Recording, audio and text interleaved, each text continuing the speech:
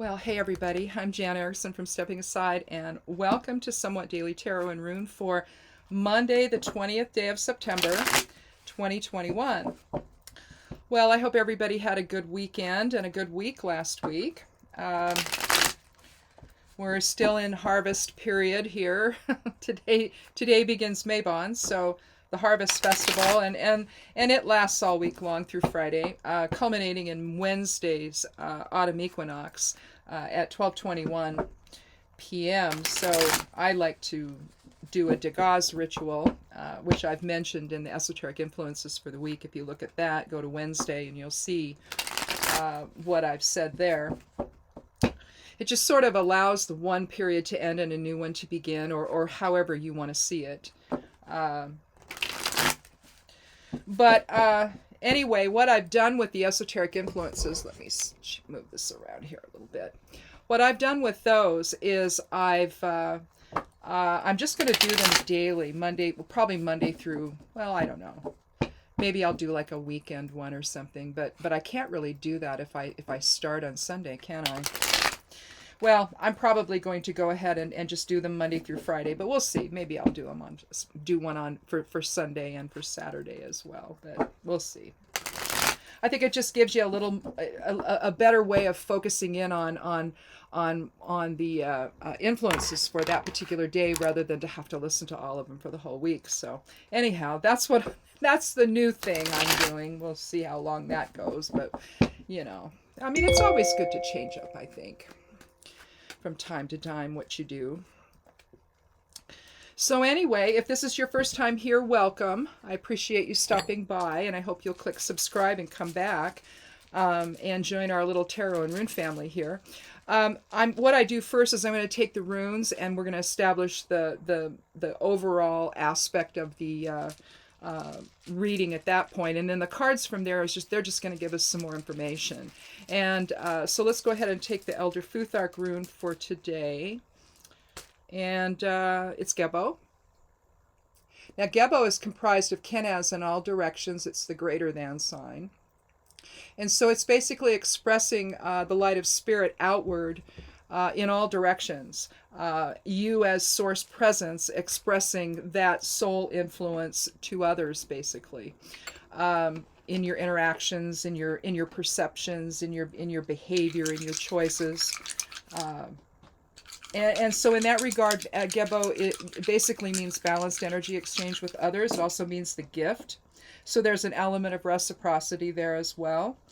In at least that's the impression you're giving other people, that I'm going to meet you on this level, and it draws people in.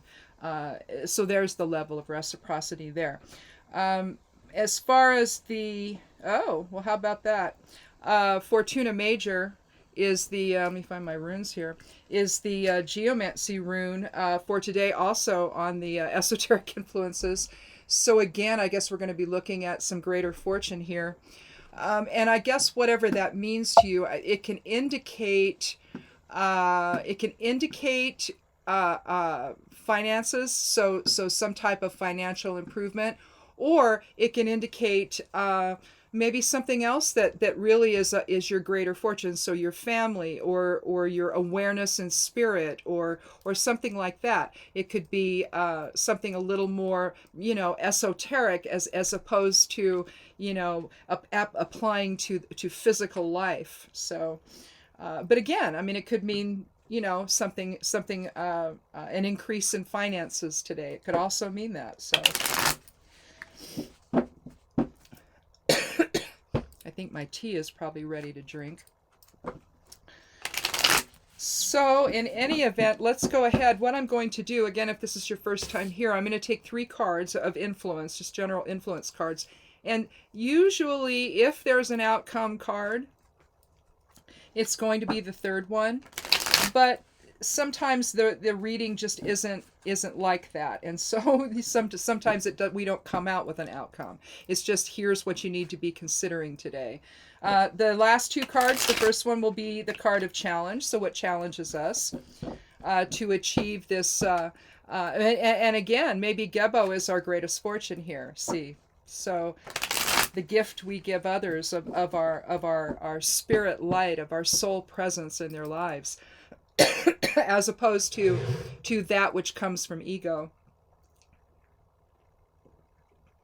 We've had rain, and so the smoke is no more, at least for now. But being out in the garden, and I was around some moldy plants, and so out there when I was out there, I finally got loofah. I have 5 of them. I don't know. I got them. I don't know. Been trying for years to grow loofah. Nothing ever happens. I mean, I get a lot of vine, but that's about it. But yay. So now I have to cut the bottoms off and peel them and get the seeds out and let them all dry. And so that'll be a first. I've never done that before. So wish me luck there. Anyhow, let's go ahead and take our first 3 cards. We have Strength, card 8 of the Major Arcana. So we start out with a Soul Archetype card. Taming the Wild Within, again, transmuting ego into spirit.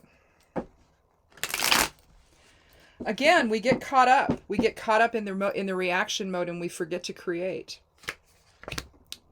The Page of Pentacles. Pages are students. They're messengers of sorts. The page is offering spirituality and dependability and reliability. But we'll go over those a little more in detail here when I get them all laid out. But we have the Star, the 17th card of the Major Arcana, and 8 energy, just like Strength.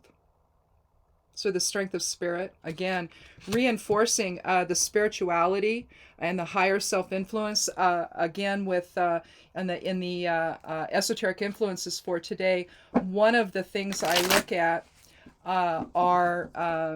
is a human design chart. I don't know if you're aware of human design, but it's another type of system that employs the I Ching aligned with planetary positions.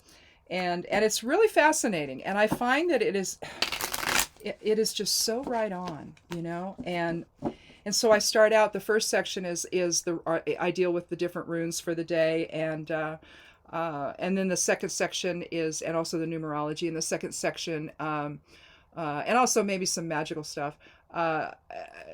And then the second section is the lunar transits, and then the third section is the human design chart for that day, basically, the interpretation for that.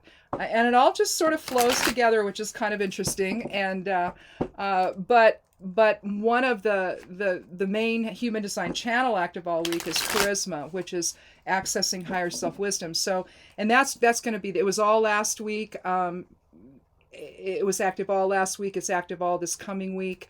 So I really think that what it's telling us is to make that shift out of ego. There's so many expressions of that right now that we're seeing, both in our personal lives and collectively throughout the country. We're seeing it as well.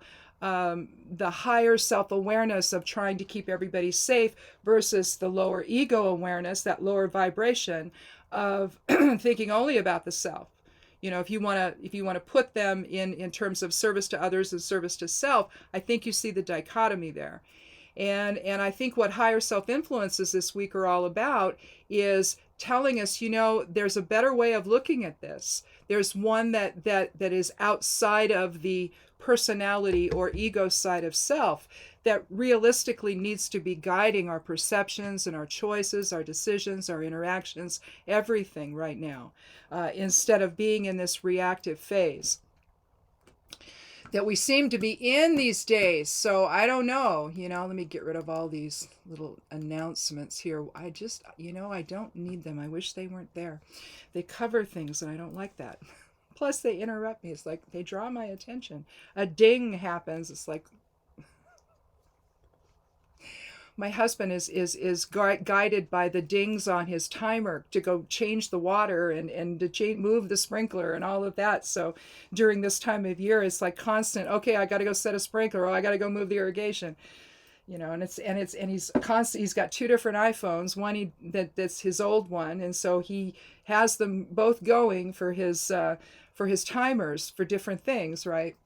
And it helps keep him on track, which is great. But it's like ding, ding, ding. Anyway, with the eight of I shouldn't say I was going to say the eight of strength. No, card 8 from the major arcana, strength. We see the goddess lovingly holding the lion's mouth in her hands. She's leaned over. You see the lemniscate above her head here, which is the cyclical aspect of life, and it's really again, if you turned it this way, then you would see the as above so below nature of our experiences as we flow, as spirit flows throughout our lives in form, assuming we pay attention to that, of course. You see the mountain over here in the background. That also indicates strength.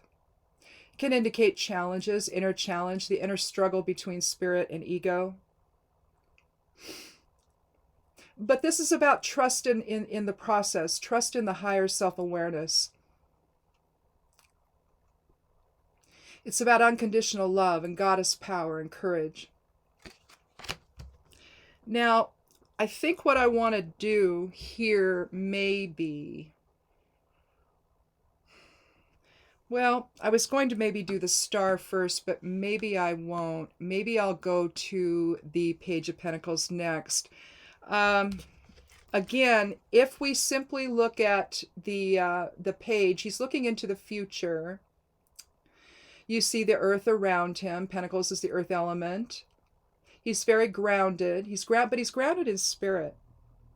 There's a higher self-awareness with the page that is basically akin, I think anyway, to the aces in the deck, so the Ace of Pentacles, and then also the Fool.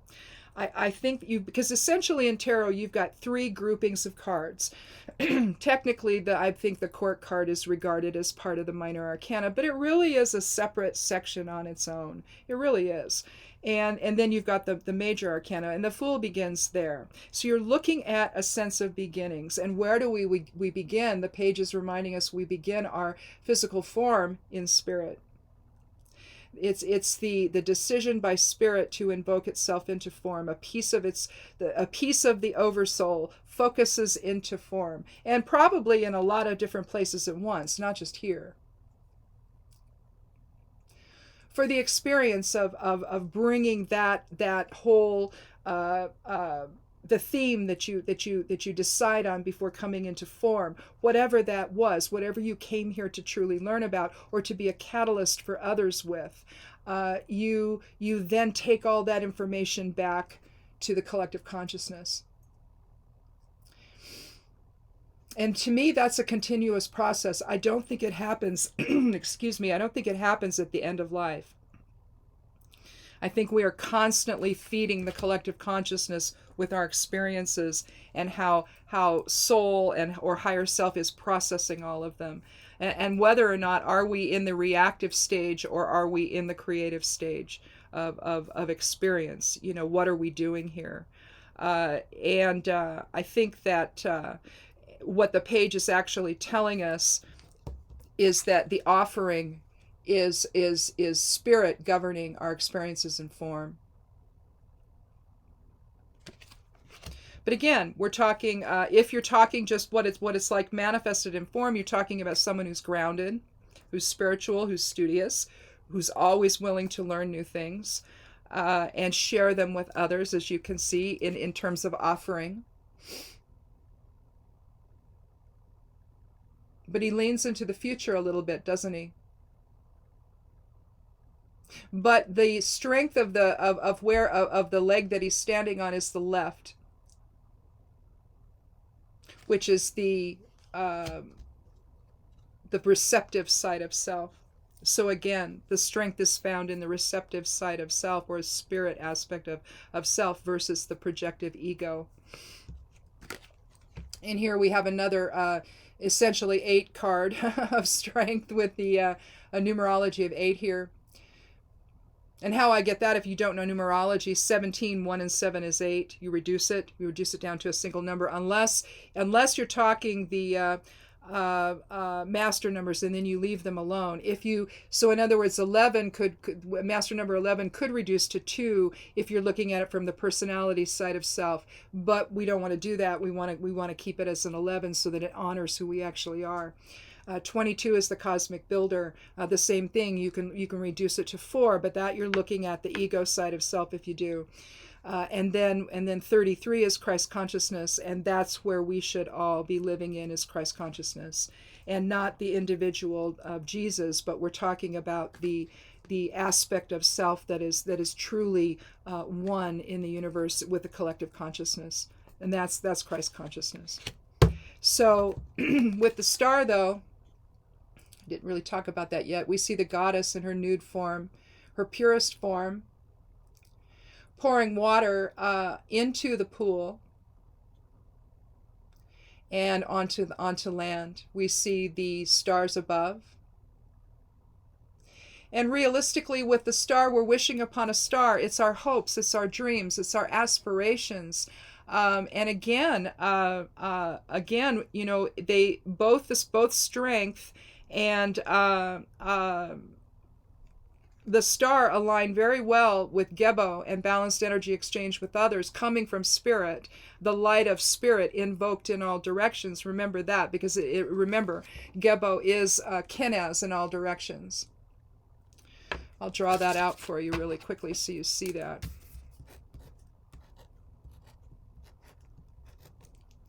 The exploded form of Gebo. So you see it's Kenaz in all directions.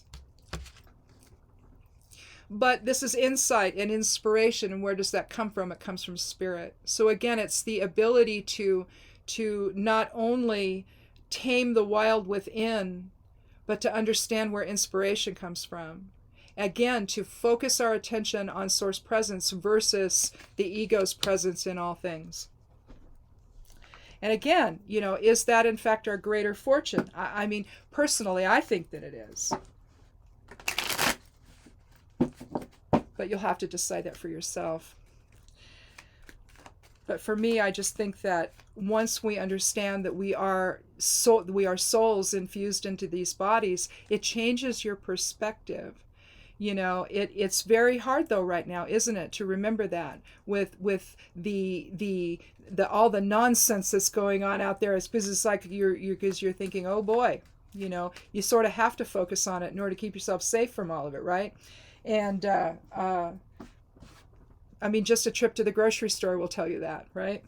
Let's take a look at the card that Toad challenges us, though. And I'll take the 13th one for randomness sake here.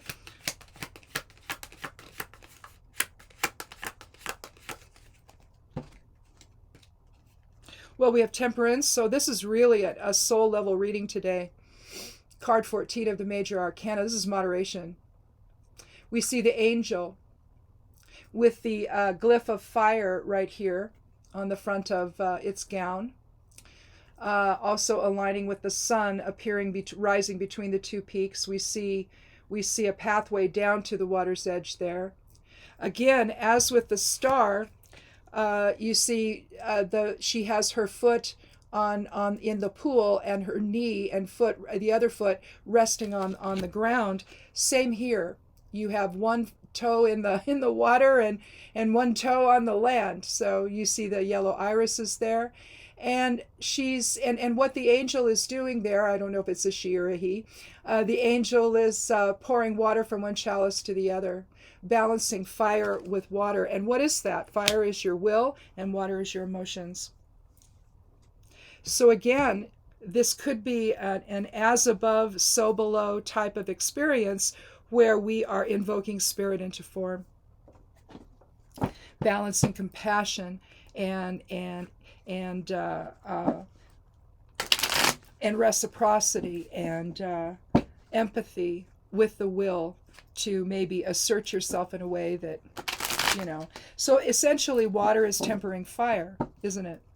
Your emotions, your compassion, your empathy are tempering any of the and that's the challenge right now, isn't it? To stay in temperance mode, you know. And I just used the grocery store as the perfect example. It's really the only place we go, that and the gas station, and it takes a lot of temperance there too. As some guy is leaning into your. So I have my window cracked this far now so they can't. It's like, how you doing? It's like, and he's this far away from my face and he has no mask on. It's like, well, maybe not so good now, So now they stay up and they've gotten the message. So that you're not going to come near my car. You just hand me my receipt, give me my card back. Anyway, but the challenge, I think, is to remain, to keep the will quenched with emotion and that is based on compassion and understanding and empathy for the plight of other people. I guess, I don't know. That's really the challenge. When you're trying to transmute ego into spirit, is to let go of that ego and just simply remain in spirit. Ego finds no purchase if you do that. It has to then transcend itself up to your awareness, what your vibrational level at that point. It's not about going down and having a conversation with ego. You just ignore it and you simply respond with higher self perception. And so temperance would then be the challenge for that, wouldn't it? Let's look at what the benefit card is, though.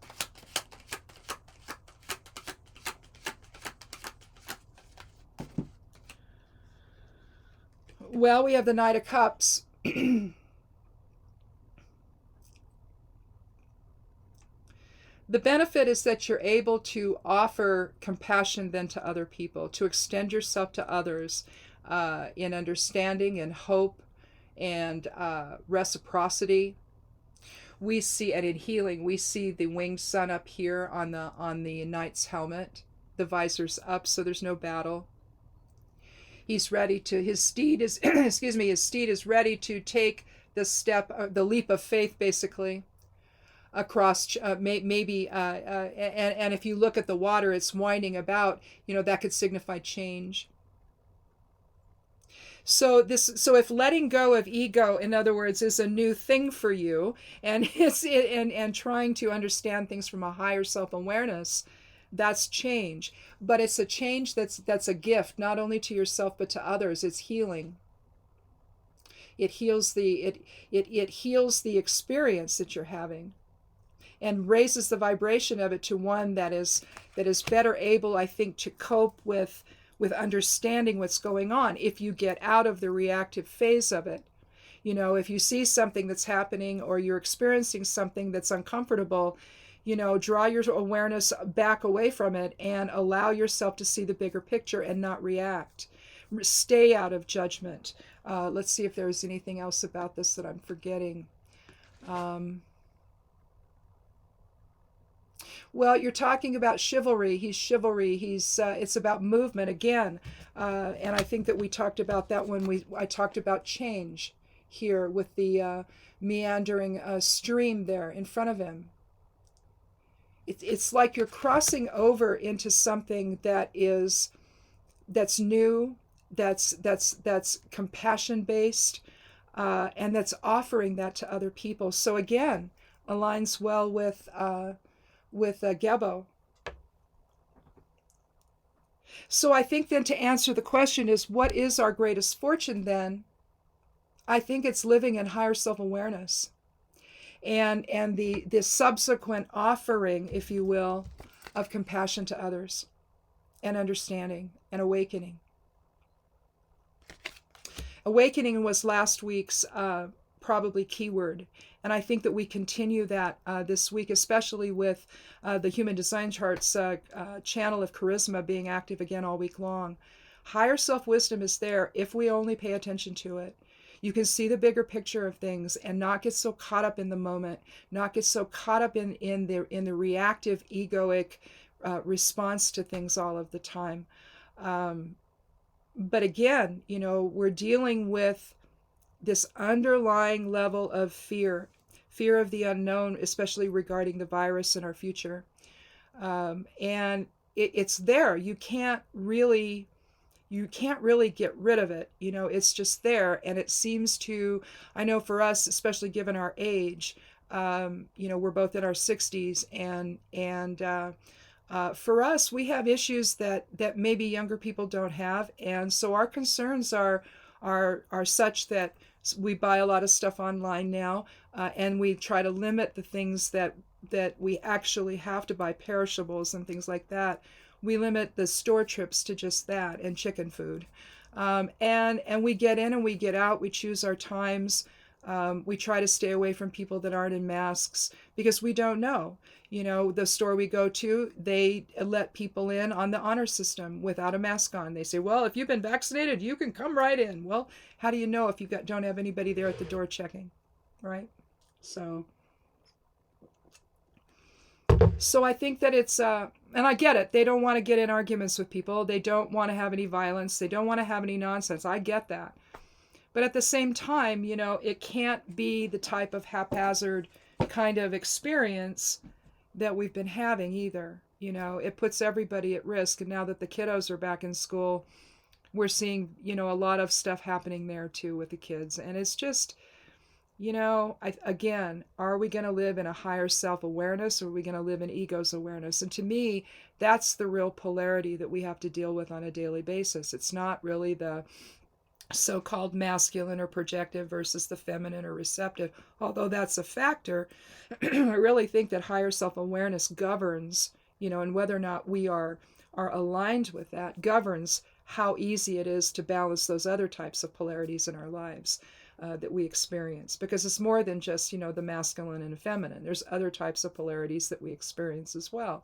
So anytime there's an either or, you know, in the shades that we don't want to live really in the either or, we want to live in the shades of gray, but in terms of spirit and ego, you know, if spirit can't control ego, and, you know, if we can't live there, then, you know, then maybe that's the real extremes of the polarities that we need to be looking at. So, anyway, just take that to heart and think about it, and we'll talk again on Thursday. I guess look forward to the daily esoteric influences. I'll just do those probably Monday through Friday. Maybe I'll do one. I don't know. Maybe I'll do them on the weekends too. I don't know. Anyway, they're there on the blog if you want to go look at them and see what they are. And if you want to get them in your inbox on Saturdays, you can sign up for the newsletter, and I put them in there. If you want to get them ahead of time, you can do that. So all the links are below the video, though, to wherever I am, including the blog and the newsletter sign up and all that. It's just over on the left side panel. Just kind of scroll down a little bit till you see it, and just put your email in there and hit send, and it goes to my newsletter software. They collect it, and you know, I redo it and hit send. So there you go. Anyway, thanks for watching, and again, click subscribe. I hope you'll do that and come back and share this time with us. And so be good to yourself, be good to one another, and blessed be.